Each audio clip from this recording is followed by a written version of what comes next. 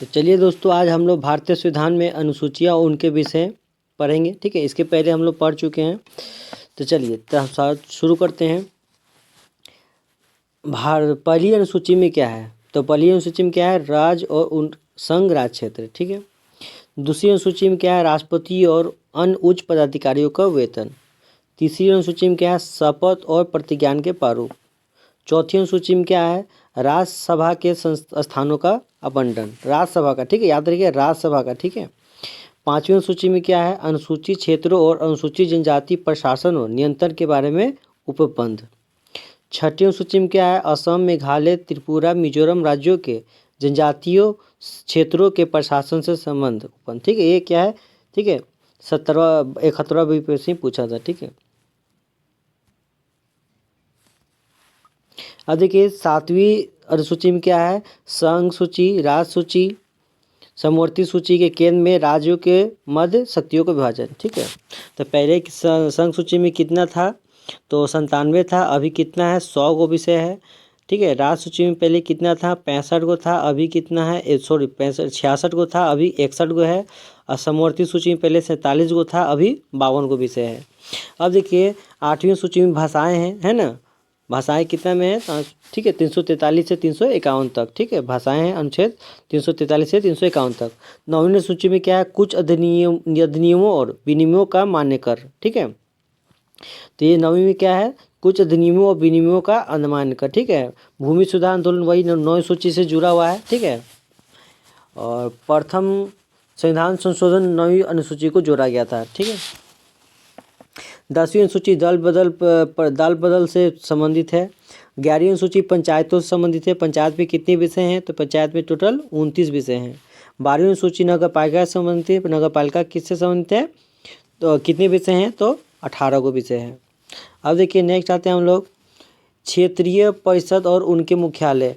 पूर्वी क्षेत्रीय परिषद का मुख्यालय कहाँ है? कोलकाता में। जो जिसके नज़दीक रहेगा वो, ठीक है, कोलकाता है तो कोलकाता। पश्चिमी क्षेत्र परिषद तो मुंबई। ठीक है। मध्य क्षेत्रीय परिषद तो प्रयागराज इलाहाबाद। उत्तरी क्षेत्रीय परिषद नई दिल्ली। और दक्षिणी क्षेत्रीय परिषद चेन्नई में। ठीक है। चलिए, अब देखिए, नेक्स्ट आते हैं हम लोग नोट में क्या दिया हुआ है कि पूर्वोत्तर राज्य में असम, अरुणाचल प्रदेश, मणिपुर, त्रिपुरा, मिजोरम, मेघालय, नागालैंड, सिक्किम के क्षेत्रीय परिषदों में शामिल नहीं किया जा किया है। इनकी समस्याओं को पूर्वोत्तर परिषद अधिनियम 1971 के गठित पूर्वोत्तर परिषद द्वारा हल किया गया है। सिक्किम वर्ष 2002 में NEC का सदस्य बना था। कब बना था? ठीक है, 2002 में। अब देखिए, उद्देशिका क्या है? उद्देशिका, हम भारत के लोग भारत को एक संपूर्ण प्रभुत्व संपन्न समाजवादी पंथनिरपेक्ष लोकतंत्रात्मक गणराज्य बनाने के लिए तथा उसके समस्त नागरिकों को सामाजिक, आर्थिक और राजनीतिक न्याय, विचार, अभिव्यक्ति, विश्वास, धर्म, उपासना की स्वतंत्रता, प्रतिष्ठा और अवसर की समता प्राप्त कराने के लिए उन सब में व्यक्ति की गरिमा, राष्ट्र की एकता, अखंडता सुनिश्चित करने वाली बहुमतता बढ़ाने के लिए दृढ़ संकल्प होकर, ठीक है, संविधान सभा को आज तारीख 26 नवंबर 1949 को, है ना, शुक्ला सप्तमी संवत 2006 विक्रमी एतद द्वारा संविधान को अंकित अधिनियमित आप समर्पित करते हैं। अब देखिए, भारतीय संविधान की प्रस्तावना के सिलसिले में निखित कम क्या है? तो संपूर्ण प्रभु संपन्न, फिर समाजवादी, फिर धर्मनिरपेक्ष, फिर लोकतांत्रिक, फिर गणतंत्र। ठीक है। तो क्या है? बहुत इंपॉर्टेंट क्वेश्चन है। तो भारतीय संविधान की प्रस्तावना के सिलसिले में निम्नलिखित क्रम सही है। संपूर्ण प्रभुत्व संपन्न, समाजवादी, धर्मनिरपेक्ष, लोकतांत्रिक और गणतंत्र। अब देखिए, भारतीय संविधान की प्रस्तावना में भारत को किस रूप में घोषित किया गया है? तो एक सार्वभौम समाजवादी, धर्मनिरपेक्ष और प्रजातांत्रिक गणतंत्र। सही क्रम क्या है आपको? ठीक है। तो सही क्रम क्या है? सार्वभौमिक, समाजवादी, धर्मनिरपेक्ष और प्रजातांत्रिक। भारतीय संविधान की प्रस्तावना में समाजवादी शब्द जोड़ा गया है तो 42वां संविधान संशोधन 1976 में। ठीक है, 1976 में। ठीक है। अब देखिए, नेक्स्ट आते हैं, भारत में लौकिक सार्वभौमिक है क्योंकि संविधान की प्रस्तावना आरंभ होती है तो हम भारत के लोग, ठीक है, लोग सबसे। अब देखिए, स्वतंत्रता, समानता और भ्रातृत्व की प्रेरणा प्राप्त है। तो कहाँ से लिए हैं सब? फ्रांस से लिए हैं, ठीक है, फ्रांस की क्रांति से। भारत के संविधान में डैश पहले मुख्य रूप से सम्मिलित नहीं किया गया था, समाजवाद और धर्मनिरपेक्ष को सम्मिलित नहीं किया गया था। अब देखिए, भारतवर्ष में एक धर्मनिरपेक्ष राज्य के रूप में वर्णित करता है तो संविधान की प्रस्तावना, ठीक है, ठीक है। अब देखिए, ठीक है, 42वां संविधान। अच्छा, और एक चीज़ क्या है, 42वां संविधान सुन क्या बोलते हैं? लघु संविधान भी बोलते हैं उसको। अब देखिए, भारतीय संविधान की आत्मा कहा जाता है तो संविधान की प्रस्तावना को, भारतीय संविधान की आत्मा किसे कहते हैं? तो संविधान की प्रस्तावना को कहते हैं, ठीक है। अब देखिए, किस अनुच्छेद को कहते हैं संविधान की आत्मा? तो अनुच्छेद 32 को भीमराव अम्बेडकर ने कहा था संविधान की आत्मा, ठीक है। अब देखिए, भारतीय संविधान की आत्मा कहा जाता है संविधान की प्रस्तावना उच्चतम न्यायालय द्वारा जिस वाद में धायता किया जाता है, प्रस्तावना संविधान का भाग नहीं है। तो बेरुबारी वाद 1960 में, ठीक है, बेरुबारी वाद।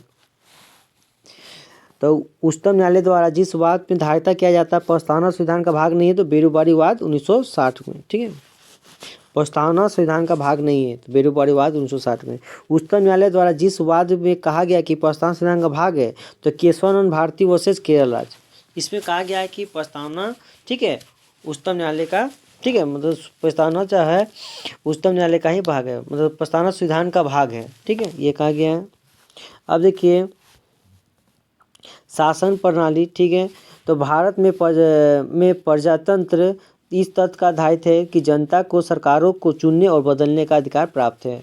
केंद्रीय शासन व्यवस्था के लिए सही विशेषता नहीं है। तो बड़े देशों के आदर्श, ठीक है, बड़े देशों क्या है? तो बड़े देशों के आदर्श। अब देखिए, नेक्स्ट आते हैं हम लोग, निम्नलिखित में से कथन सही सत्य है? संयुक्त राज्य अमेरिका में सरकार की संघीय प्रणाली है, ठीक है। तो संयुक्त अमेरिका में क्या है? सरकार की संघीय प्रणाली है। अमेरिका कब स्वतंत्र हुआ था? 4 जुलाई को हुआ था। 4 जुलाई को स्वतंत्रता दिवस मनाता है, ठीक है। अमेरिका में क्या है? कोई भी राष्ट्रपति 2 बार बन सकता है, मैक्सिमम कितने बार? ठीक है, 2 बार बन सकता है। अब भारत में क्या है? पुनर्निर्वाचन है ना, कितनी बार बन सकता है, ठीक है। भारतीय संविधान की प्रकृति क्या है? प्रकृति में संघीय किंतु भनात्मक एकात्मक होगी। अब देखिए, राज्य और संघ राज्य क्षेत्र क्या है? भारतीय संविधान के भाग 1 के अंतर्गत संघ और उसका क्षेत्र उल्लेख है 1 से 4 तक। एक नया राज्य बनाने में सार्वभौमिक संशोधन कैसे बहुमत चाहिए? तो साधारण विधेयक। कैसा रहना चाहिए? तो साधारण, ठीक है। नेक्स्ट आते हैं हम लोग, दिल्ली है तो एक केंद्रशासित प्रदेश है। सिक्किम भारत का राज्य बना, ठीक है, तो 35वें संविधान संशोधन के अंतर्गत 36वें संविधान संशोधन में पूर्ण राज्य, ठीक है।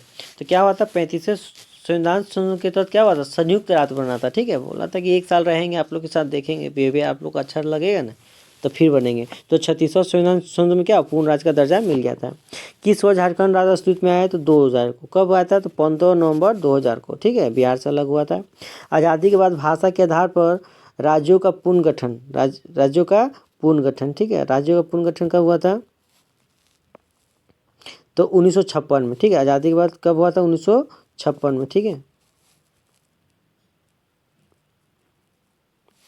अब देखिए, नेक्स्ट आते हैं, भारतीय संघ का 28वां राज्य कौन है? झारखंड है। 28वां राज्य कौन है? झारखंड है, ठीक है। अब देखिए, भारत में सीधी केंद्र के साथ संघीय ढांचा विचार लिया गया है तो कनाडा से लिए हैं, ठीक है, संघीय ढांचा का विस्तार कनाडा से लिए हैं। अब देखिए,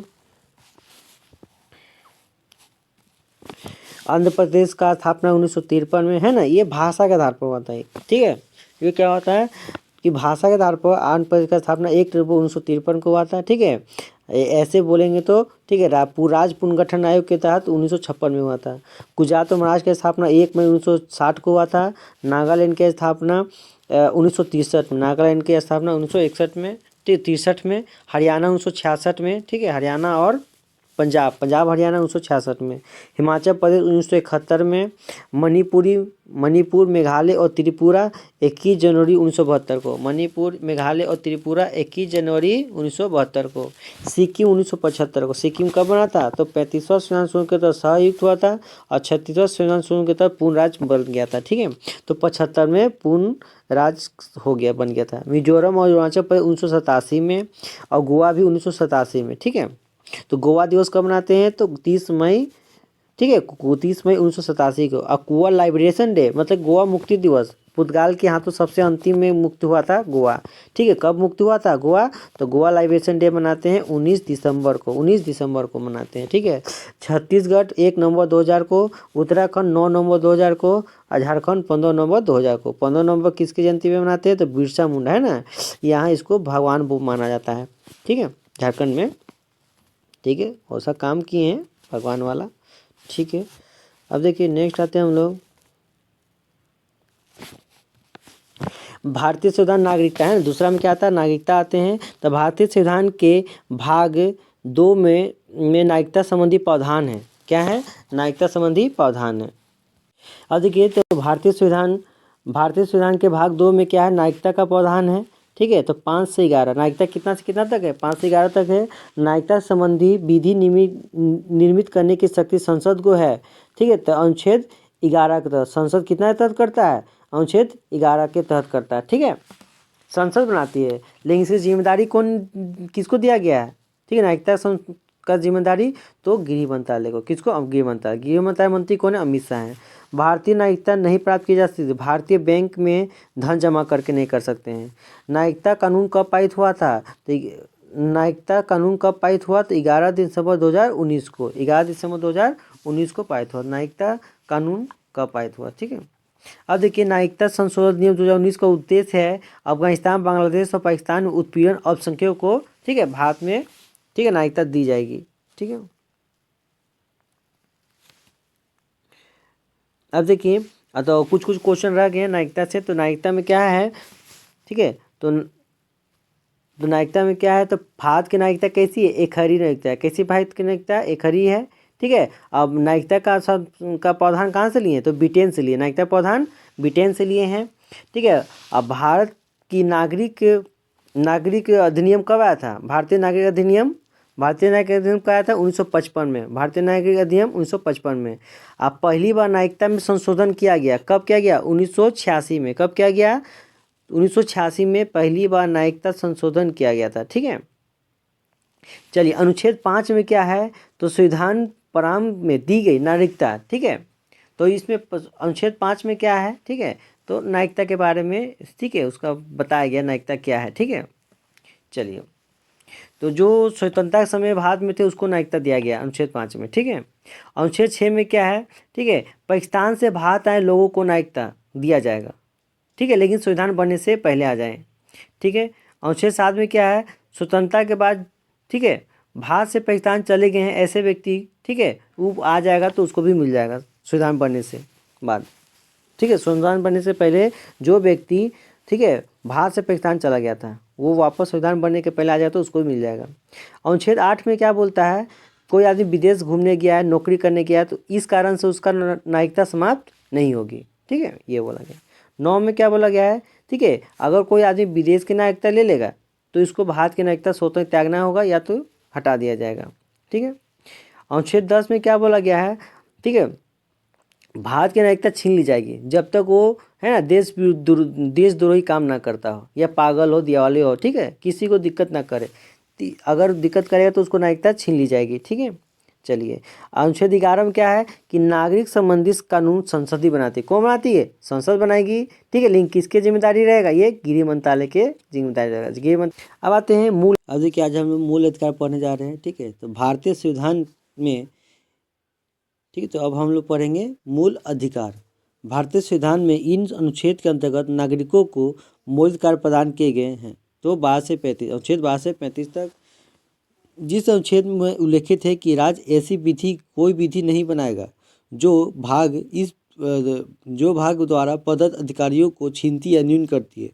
तो अनुच्छेद 13 में, ठीक है, एग्जाम में रहेगा न्यूनीकरण की कौन सा अनुच्छेद, मतलब अल्पीकरण किस अनुच्छेद में है? तो अनुच्छेद 13 में।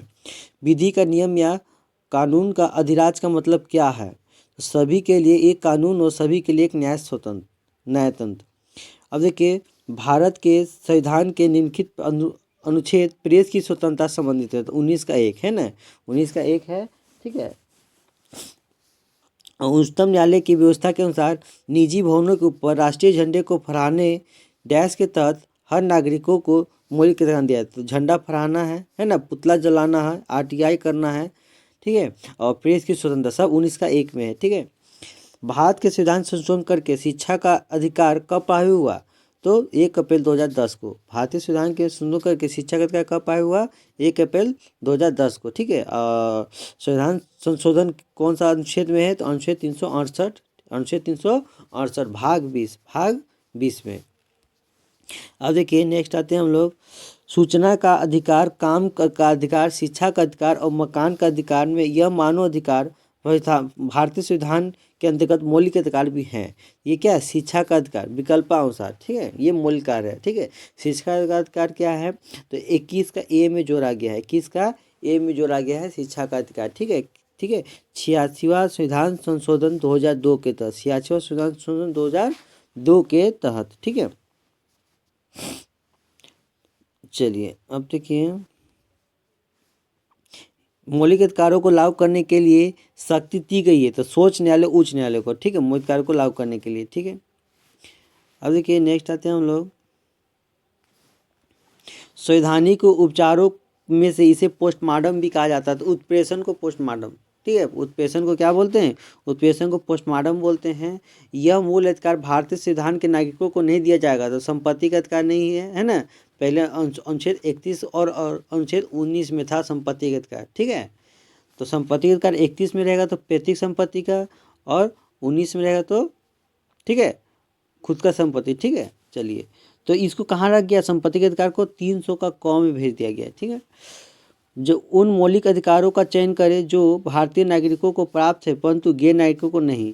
तो 1 और 3, तो भाषण और अभिव्यक्ति की स्वतंत्रता भारतीयों को प्राप्त है, और 3 में क्या? अल्पसंख्यकों को अधिकार है। ठीक है, चलिए, ठीक है, उन भारतीय संविधान द्वारा प्रदत्त अधिकारियों गैर नागरिकों को भी उपलब्ध है। तो संवैधानिक निराकरण का अधिकार है। ठीक है, संवैधानिक उपचार का अधिकार देश के अंतर्गत है। तो मौलिक अधिकार, कानूनी अधिकार और संवैधानिक अधिकार। ठीक है, किसी व्यक्ति की अवैध हिरासत के खिलाफ रीट लागू होती है तो बंदी प्रत्यक्षीकरण। ठीक है, बंदी प्रत्यक्षीकरण। ठीक है, किसी व्यक्ति की अवैध हिरासत के खिलाफ रीट लागू होती है तो बंदी प्रत्यक्षीकरण। ठीक है, अगर उच्चतम न्यायालय रीट जारी करेगी तो अनुच्छेद 32 के तहत, अगर उच्च न्यायालय करेगी तो अनुच्छेद 226 के तहत। ठीक है, उच्चतम न्यायालय 32 के तहत और मतलब कि उच्च न्यायालय 226 के तहत रीट जारी करती है।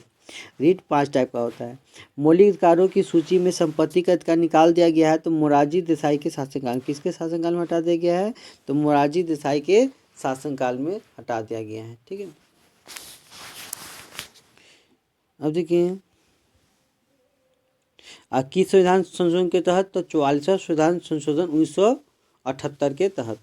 अब देखिए, भारतीय संविधान के अनुच्छेद 14 में लिखा गया है कि हुआ है कि कानून के समक्ष समानता लिया गया। तो कानून के समक्ष समानता कहाँ से लिए हैं? ब्रिटेन से लिए हैं।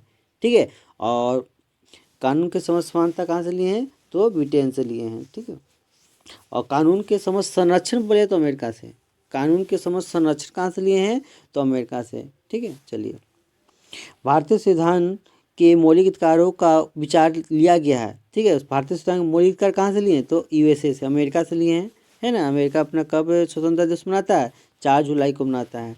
ठीक है, मौलिक अधिकारों को लागू करने के लिए कोर्ट लागू कर सकती है तो रीट। ठीक है, मौलिक अधिकारों को लागू करने के लिए कोर्ट लागू कर सकती है तो रीट जारी कर सकती है। संवैधानिक उपचार जिसे पोस्टमार्टम कहते हैं तो संवैधानिक उपचार जिसे अधिकार पित्सा से, और पोस्टमार्टम किसको कहते हैं? तो उत्प्रेषण को भी पोस्टमार्टम बोलते हैं, और संवैधानिक उपचार के लिए बोले तो अधिकार पित्सा से। ठीक है, मूल अधिकारों के अंतर्गत संवर्ग के अपिस्ता के रूप में किए गए विभेदन के विरुद्ध संरक्षण समाविष्ट है। तो ये समता का अधिकार। ठीक है, समता का अधिकार। तब पिछला कितना? अनुच्छेद 17 में। ठीक है, चलिए, तो इसमें कुछ क्वेश्चन नहीं दिए गए, उसको हम पढ़ते हैं। तो देखिए, भाग 3 मूल अधिकार होता है ना, भाग 3 मूल अधिकार है, ये 12 से 35 तक होता है जी, है ना। मूल अधिकार कहाँ से लिए? तो अमेरिका से लिए हैं। ठीक है, और इसे संविधान का मैग्ना कार्टा भी कहा जाता है। भाग 3 को मैग्ना कार्टा कहा गया है। ठीक है, अनुच्छेद 12 में क्या है? ठीक है, तो मूल अधिकार की परिभाषा के बारे में बताया गया है। ठीक है, अनुच्छेद 13 में क्या है? तो अल्पीकरण के बारे में बताया गया है। ठीक है, और विधि की परिभाषा ये सही बताया गया है। समानता का अधिकार पूछेगा तो 14 से 18 तक होता है। समानता अधिकार कहाँ से कहाँ तक? 14 से 18 तक। अनुच्छेद 14 में क्या है? विधि के समझ समानता अर्थात कानून के समान सामने सब समान है। ठीक है, तो विधि से समानता कहाँ से लिए हैं, तो ब्रिटेन से। ठीक है, अब देखिए अनुच्छेद 15 में क्या है, जाति लिंग जन्म के आधार पर, ठीक है, किसी से भेदभाव नहीं किया जाएगा। अनुच्छेद 16 में क्या है, तो लोक निर्वाचन इनमें पिछड़े वर्ग के लिए कुछ समय के लिए आरक्षण मिलेगा, है ना जी।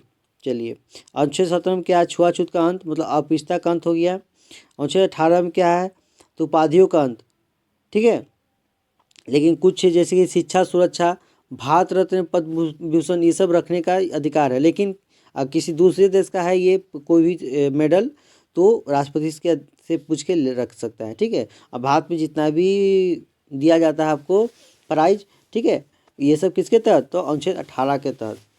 अब देखिए कुल मिला के, ठीक है, अनुच्छेद 18 क्या, उपाधियों का अंत। ठीक है, अब देखिए स्वतंत्रता अधिकार आता है 19 से 22। स्वतंत्रता का अधिकार कितना कितना, यहाँ पूछे स्वतंत्रता अधिकार 19 से 22 तक।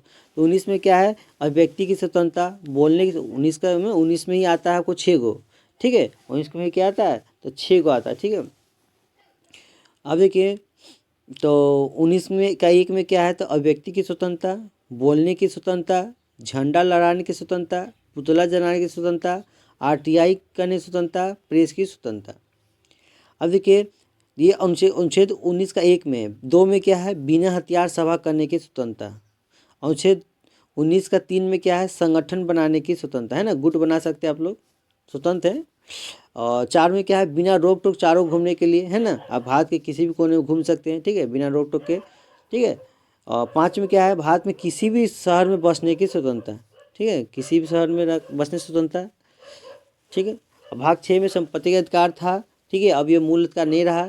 ठीक है, ये कानूनी अधिकार हो गया। ठीक है, संपत्ति अधिकार कहाँ चल गया था, 300 का कम में चल गया। ठीक है, तो पूछेगा किस संविधान संशोधन के तहत हटाया गया, तो 44वां संविधान संशोधन के तहत 1978 में इसको हटा दिया गया, इसको भेज दिया गया 300 का कम में। ठीक है, अब देखिए 7वां कौन है, तो व्यवसाय करने का अधिकार, व्यवसाय करने की स्वतंत्रता है। ठीक है, अब देखिए अनुच्छेद 20 में क्या है, इनमें 3 प्रकार की स्वतंत्रता दी गई है। एक गलती के लिए एक सज़ा, एक गलती के लिए एक सज़ा, और जब आदमी जो, ठीक है, जब आदमी जो भी मान लीजिए कुछ गलत काम करता है, उस दिन उस समय क्या सज़ा का था ना, प्रावधान था, उसके हिसाब से ही होगा।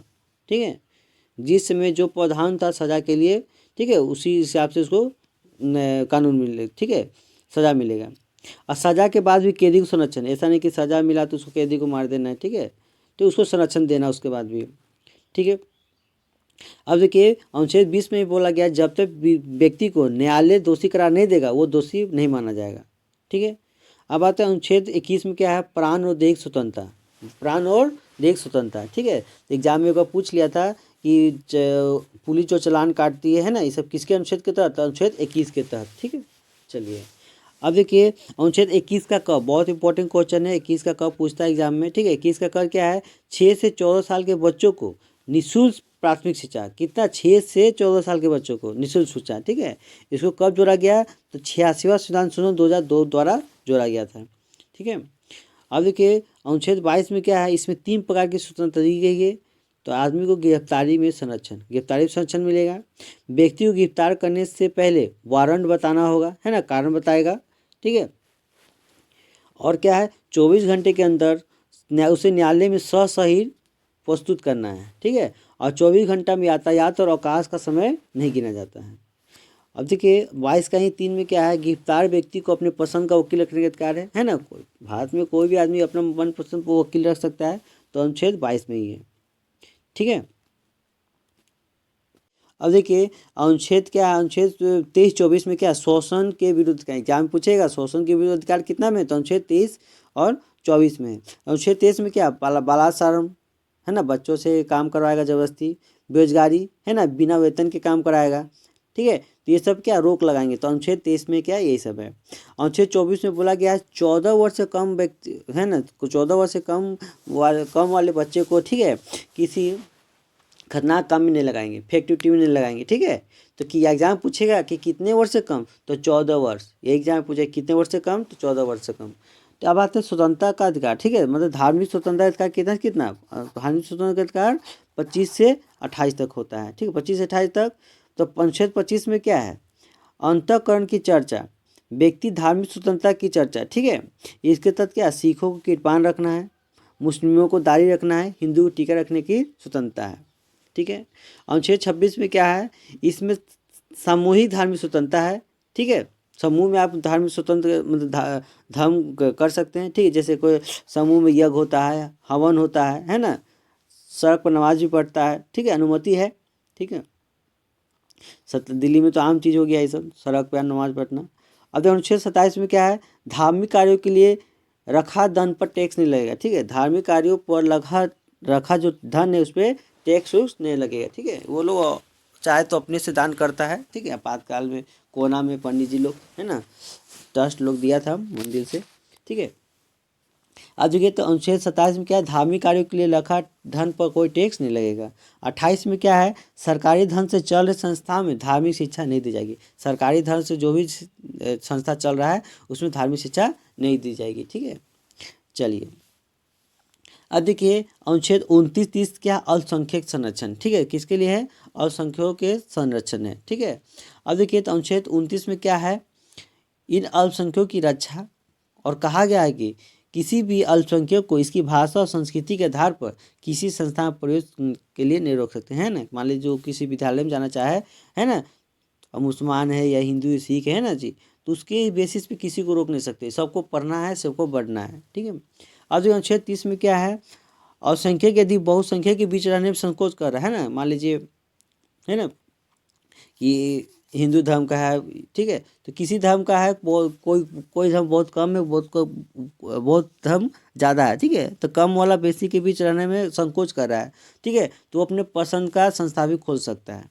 ठीक है, अब देखिए अनुच्छेद 31 में क्या है, अनुच्छेद 31 में क्या है, इसमें पैतृक संपत्ति थी है ना, पिता की संपत्ति। ठीक है, तो उसको क्या है, जो मूल अधिकार या किंतु 44वां संविधान संशोधन 278 के तहत इसे कानूनी अधिकार बना दिया गया और 300 कम में जोड़ दिया गया। ठीक है, चलिए अब देखिए संवैधानिक उपचारों का अधिकार। ठीक है, अनुच्छेद 32 में है।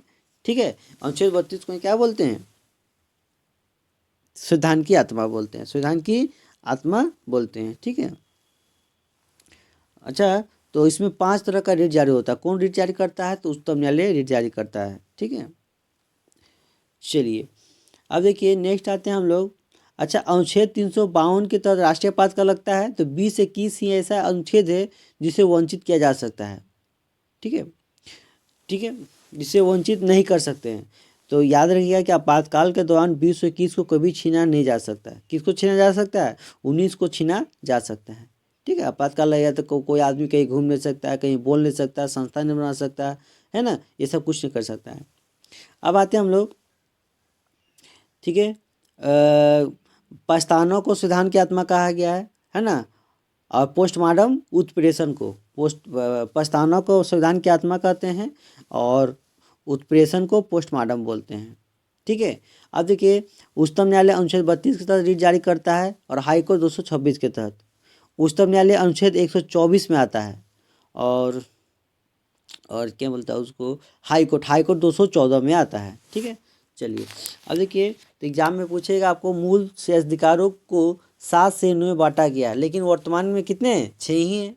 तो समानता अधिकार 14 से 18 तक, स्वतंत्रता के अधिकार 19 से 22 तक, शोषण के विरुद्ध अधिकार 23 से 24 तक। ठीक है, 23-24 मतलब धार्मिक स्वतंत्रता 25 से 28 तक, शिक्षा और संस्कृति अधिकार 29 से 30 तक। ठीक है, संपत्ति अधिकार हटा दिया गया है। चलिए संवैधानिक उपचार का अधिकार 32 तक। ठीक है, तो मूल संविधानकार श्रेणी में कितने बांटा गया, मूल अधिकार को 6 श्रेणी में बांटा गया। अब देखिए एग्जाम में आपसे पूछेगा, ठीक है, भारत और विदेशियों के लिए कौन सा अनुच्छेद है, भारत और विदेशियों के लिए कौन सा अनुच्छेद है।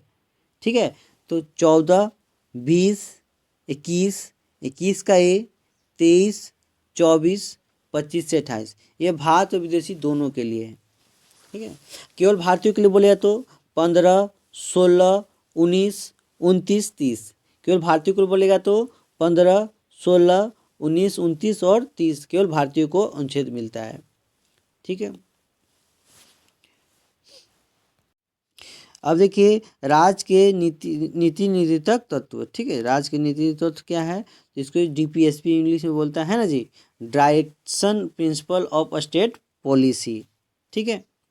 चलिए, तो हम लोग पढ़ते हैं कल्याणकारी राज्य की संकल्पना का समावेशन भारत के संविधान में है, ठीक है, भारत के संविधान में है। तो ठीक है, तो राज्य के नीति तत्वों में, ठीक है, भारत में पंचायती राज प्रणाली की व्यवस्था की गई है, तो राज्य के नीति निर्धारक सिद्धांत के अंतर्गत। तो पंचायती राज कितना अनुच्छेद में है, तो अनुच्छेद 40 में है, ठीक है। अब देखिए,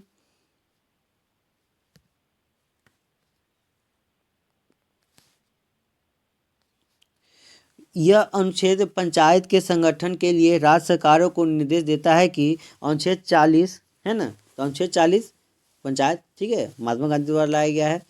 सही सुमेलन है ग्राम पंचायत का गठन, ठीक है, अनुच्छेद 40 में। समान आचार संहिता, ठीक है, अनुच्छेद 44 में। तो इसको कानून रूप से कौन लागू कर दिया, उत्तराखंड लागू कर दिया। और सबसे पहले कहाँ लागू हुआ था, गोवा में हुआ था, है ना, गोवा में हुआ था, लेकिन कानून रूप से कौन किया है, तो उत्तराखंड किया है। कृषि और पशुपालन, कितना में है, तो अनुच्छेद 48 का ए में, कितना में है, तो अनुच्छेद 48 का ए में, ठीक है, 48 का ए में, ठीक है, याद रखिएगा। अब देखिए, न्यायपालिका और कार्यपालिका अनुच्छेद 50 में। न्यायपालिका और कार्यपालिका कितना में, शक्ति को विभाजन, तो अनुच्छेद 50 में। अंतर्राष्ट्रीय शांति का विकास कितना में, अनुच्छेद 51 में, ठीक है, अंतर्राष्ट्रीय शांति के, ठीक है। चलिए, अब देखिए, तो अनुच्छेद 48 में क्या था, कृषि और पशुपालन था। अनुच्छेद 48 का ए में क्या है, तो पर्यावरण वन और वन्यजीव संरक्षण, पर्यावरण वन और वन्यजीव संरक्षण, ठीक है। चलिए, भारतीय संविधान के भाग 6 के लिए दिए गए निर्देशों के सिद्धांतों को सूचीबद्ध करना है। समान कार्य के लिए समान वेतन, समान नागरिक संहिता, ठीक है, भाग 4 का 1 में ये सब बताया गया। भारतीय संविधान के लिए राज्य निर्देशांक वर्णित है। भारतीय संविधान की यह बात डैश से प्रभावित है, तो किसे, आयरलैंड से। कहाँ से लिए हैं, डीपीएसपी कहाँ से लिए, आयरलैंड से लिए, ठीक है। आयरलैंड कहाँ से लिया, आयरलैंड लिया है, स्पेन से लिया है। कहाँ से लिया है, स्पेन से लिया है, ठीक है। अब देखिए, नीति तत्व केटी शाह ने क्या कहा है, तो नीति तत्व को केटी शाह ने कहा है, नीति तत्व उस चेक के समान है जिसका भुगतान बैंक अपनी इच्छा अनुसार करता है, ठीक है, ये केटी शाह ने कहा था, ठीक है। अब देखिए, भारतीय संविधान में राजनीतिक तत्व लिए गए, तो आयरलैंड के संविधान से। कहाँ से लिए हैं, आयरलैंड के संविधान से लिए हैं, ठीक है। अब देखिए, मौलिक अधिकार, ठीक है, मौलिक अधिकार और नीति तत्व में अंतर क्या है। भारतीय संविधान के भाग 3 में मौलिक अधिकार है और भाग 4 में ये है, ठीक है। अमेरिका से प्रेरित है और नीति तत्व आयरलैंड से प्रेरित है। इनकी प्रवृत्ति नकारात्मक होती है, इनकी प्रवृत्ति सकारात्मक होती है, क्योंकि ये ठीक है। अब देखिए, ये वाद योग हैं, इन्हें उल्लंघन पर न्यायालय द्वारा इन्हें लागू कराया जा सकता है। ये गैर वाद योग हैं, ये न्यायालय द्वारा लागू नहीं किया जा सकते हैं, कानून रूप से मान्य होते हैं। और नीति तो क्या है, नैतिक एवं राजनीतिक मान्यता है, ठीक है। लागू करने के लिए विधान की आवश्यकता नहीं है, अनुच्छेद 21 का एज को छोड़कर, ठीक है। और लागू करने के लिए विधान बनाने की आवश्यकता है। व्यक्तिगत कल्याण को प्रोत्साहित करता है, साथ में क्या है, सामाजिक और कल्याणी के लिए है, आर्थिक कल्याण के लिए है। नागरिक को 8 में क्या है, नागरिक को स्वतः प्राप्त होता है। और 8 में क्या इधर, तो सरकार द्वारा लागू करने के बाद भी नागरिकों को प्राप्त होता है। अब देखिए, क्या आते हैं हम लोग, ठीक है, इसी में बहुत क्वेश्चन छूट गए हैं, ठीक है, उसको हम लोग अब पढ़ेंगे, ठीक है। अब देखिए, तो अनुच्छेद 36 क्या कहा गया है, तो नीति तत्व की परिभाषा है, ठीक है। अनुच्छेद 37 में क्या बोला गया है, इसे न्यायालय द्वारा लागू नहीं करा जा सकता, ये वाद योग नहीं है, ठीक है, वाद योग नहीं है, ठीक, न्यायालय में नहीं हो सकता है लागू। अनुच्छेद 38 में क्या है, लोक कल्याण के व्यक्ति, ठीक है, के लिए सरकार जनता का कल्याण करेगी, जैसे राशन कार्ड ये सब देती है ना जी, ठीक है, तो लोक कल्याण के लिए। अब देखिए, अनुच्छेद 39, ठीक है, अनुच्छेद 39 में क्या है, तो राज्य अपनी नीतियों का संचालन, ठीक है, करता है, राज्य अपनी नीतियों का संचालन करता है। तो 39 का ए में क्या बताया गया है, जीविकोपार्जन का साधन, ठीक है, प्रत्येक स्त्री और पुरुष को समान रूप से उपलब्ध होगा, ठीक है, जीवन यापन के लिए, ठीक है, ठीक है। तो प्रत्येक आदमी के लिए क्या होगा, जीवन यापन का के लिए क्या होगा, तो इस प्रत्येक स्त्री और पुरुष में समान, ठीक है, समान रूप से उपलब्ध होगा। इसको 42वां संविधान संशोधन के तहत जोड़ा गया। 39 का 2 में क्या है, ठीक है, खनिज, पेट्रोल, धातु, कोयला, है ना, इस प्रकार जो भी इस पर नियंत्रण करेगा, ठीक है, जिससे इसका लाभ संपूर्ण समाज को मिल सके, ठीक है। चलिए, तो इस पर इस सब पे कौन नियंत्रण करेगा, राज करेगा, जिससे इसको सारा चीज़, ठीक है, जितना भी खनिज निकलता है इस पर नियंत्रण किस करेगा, राज करेगा, ठीक है। चलिए, अब देखिए अनुच्छेद 39 का 3 में क्या है, देश की पूंजी, संपत्ति, उत्पादक संसाधनों का विकेंद्रीकरण हो जाएगा। अनुच्छेद 39 का 3 में। अनुच्छेद 39 का 4 में क्या है, समान कार्य के लिए समान वेतन का प्रावधान, ठीक है, स्त्री पुरुष हो समान कार्य के लिए समान वेतन का प्रावधान 39 का 4 में, ठीक है। ये 39 से आजकल क्वेश्चन बहुत पूछे जा रहे हैं, ठीक है। चलिए, अनुच्छेद 39 के 5 में क्या है, राज्य श्रमिक स्त्री पुरुष के स्वास्थ्य और शक्ति का बालकों के सुकुमार अवस्था का दुरुपयोग नहीं होने देगा, ठीक है। अनुच्छेद 39 का 6 में क्या है, राज्य बालकों के स्वास्थ्य हेतु स्वतंत्र गरिमाएं, ठीक है, ये सब है। अब देखिए नेक्स्ट आते हैं हम लोग अनुच्छेद 40। अनुच्छेद 40 में क्या है, ग्राम पंचायतों का गठन है, ठीक है। अब देखिए अनुच्छेद 41 में क्या है, कुछ विशेष परिस्थितियों में रोजगार, शिक्षा, सहायता पाने को अधिकार, साथ ही बेकारी, बीमारी और बुढ़ापे में सहायता, है ना, देता है सहायता, ठीक है, राज्य सरकार देती है। अब देखिए अनुच्छेद 42 में क्या है, राज्य काम की न्यायसंगत और मनोचित दशाओं को प्रावधान करेगा, साथ ही स्त्रियों और प्रसूति में सहायता, ठीक है। तो अनुच्छेद 42 में तो राज्य सरकार ये सब करती है, स्त्रियों के लिए प्रसूति सहायता उपलब्ध कराती है, ठीक है। अनुच्छेद 43 में क्या है, कृषकों एवं मजदूरों को जीवन निर्वाह हेतु न्यूनतम मजदूरी और कुटीर उद्योगों को प्रोत्साहन करेगा, अनुच्छेद 43 में। अनुच्छेद 43 का क में क्या है, उद्योगों के प्रबंध में कामगारों और श्रमिकों को प्रतिनिधित्व करेगा।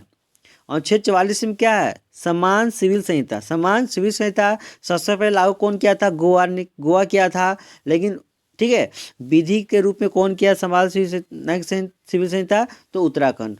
अब देखिए अनुच्छेद 45 क्या है, बच्चों की आरंभिक देखभाल एवं शिक्षा की व्यवस्था। बच्चों की आरंभिक देखभाल और शिक्षा की व्यवस्था। अब देखिए अनुच्छेद 46 में क्या है, राज्य द्वारा दुर्बल वर्गों एसटी या एससी शिक्षा एवं आर्थिक संबंधी हितों की रक्षा, अनुच्छेद 46 में, ठीक है। अनुच्छेद 47 में क्या है, हानिकारक मादक पेय, है ना, जैसे कोई भी राज्य सरकार अपने लोक जनता की रक्षा के लिए कोई मादक पेय, है ना, जो हानिकारक पेय है उसके लिए हटा सकता है, ठीक है, और अच्छा चीज़ को भी ला सकता है, ठीक है।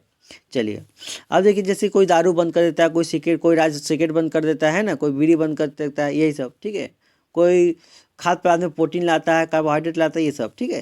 तो लाना हटाना ये सब राज्य सरकार का। अनुच्छेद 47 में। अनुच्छेद 48 में क्या है, तो कृषि वध निषेध और कृषि और पशुपालन के वैज्ञानिक बनाने का प्रयास, ठीक है। गाय हत्या प्रतिबंध, कृषि और पशुपालन को वैधानिक बनाने का प्रयास है। 48 का ए में ही है, पर्यावरण और वन का संरक्षण, ठीक है। 48 अनुच्छेद 49 में क्या है, राष्ट्रीय स्मारकों का सुरक्षा करेगा, है ना जी, ताजमहल हो गया, कुतुब मीनार हो गया, है ना, चार मीनार हो गया, ये सब क्या है ना, स्मारक है, प्राचीन स्मारक है, इसको सुरक्षा देना है, ठीक है। अनुच्छेद 50 में क्या है, न्यायपालिका को कार्यपालिका से पृथक करना और के लिए राज्य कदम उठाएगा। न्यायपालिका को कार्यपालिका से पृथक करने का कदम कौन उठाएगा, राज्य सरकार। अनुच्छेद 51 में क्या है, तो राज्य अंतर्राष्ट्रीय शांति एवं बंधुत्व के लिए प्रयास करेगा। राज्य अंतर्राष्ट्रीय शांति एवं बंधुत्व के लिए प्रयास करेगा, ठीक है। तो चलिए आज हम लोग इतना ही रखेंगे, कल फिर आगे बढ़ेंगे। चलिए, जय हिंद।